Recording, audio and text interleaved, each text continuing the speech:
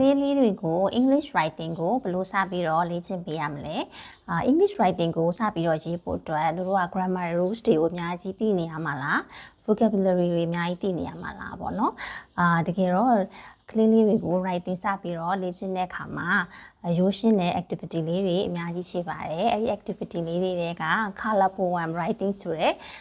activity လေးတစ်ခုကို sharing လုပ်ပေးချင်ပါတယ်အရင်ဆုံးပေါ့နော်ကလေးရဲ့ maybe favorite color လေးတစ်ခုကိုမေးလိုက်ပေါ့နော် what's your favorite color ဆိုတော့ favorite color လေးတစ်ခုကိုရလာမယ်ပေါ့နော် and then ပြီးရင် think about what can be those colors ပေါ့နော်ဥပမာဆိုလို့ရှိရင် red for example red is an apple red is a rose and what can be the red is a balloon and then red is a sunset etc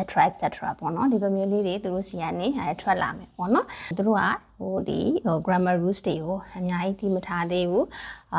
vocab တွေလည်းရမ်းမကြွယ်ဝသေးဘူးဆိုတဲ့အချိန်မှာတော့ဒီ activity လေးကဒါသူတို့ရဲ့ creativity ပေါ့နော်ဒီ